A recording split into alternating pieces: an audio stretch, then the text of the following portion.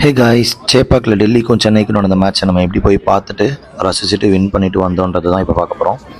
வீட்டிலேருந்து வேலைச்சேரி வரையும் போயிட்டு அங்கே ட்ரெயின் ஏறி அப்படியே யாராவது சேப்பாக்கில் இறங்கி அங்கே போனால் டப்புன்னு பெயிண்ட் அடிக்கிறாண்டாங்க. என் பொண்ணு கேட்டது. பெயிண்ட் அடித்து முடிச்சுட்டு உள்ள ஸ்டேடியம்குள்ளே போனால் வேறு லெவல் போட்டுக்கிட்டு இருந்தாங்க மியூசிக்கை. அதுக்கு என்ஜாய் பண்ணிவிட்டு ஒரு பவுண்டரிக்கும் ஒரு இதுக்கும் ஃபீல்டிங்ஸுக்கும் என்ஜாய் பண்ணிவிட்டு வேறு மாதிரி லெவலில் சஞ்சு சாம்சன் பயங்கரமாக ஆடிட்டு இருந்தார். அன்றைக்கி தான் நம்ம போன அன்றைக்கி தான் சஞ்சு சாம்சனுமே ஃபஸ்ட்டு செஞ்சுரி அடிச்சிருந்தார்.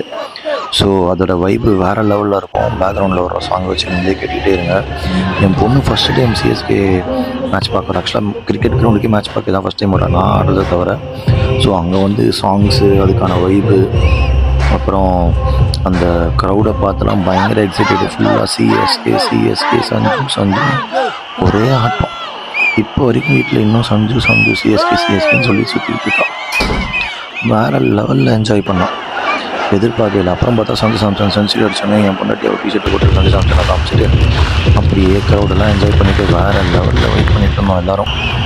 சரி, ஓகே அப்படின்னு கடைசியாக மேட்சை வின் பண்ணிவிட்டு எங்கள் வீட்டில் இல்லைனாலும் கார்த்திகை பாட்டை போட்டாங்க. சரி பாய் சொல்லிட்டு கிளம்பி வந்துட்டோம். அப்புறம் பார்த்தா சிஎஸ்கேயோட அஃபிஷியல் பேஜில் என் பொண்டாட்டியோட போஸ்டர் வந்திருக்கு. அவ்வளோதான்.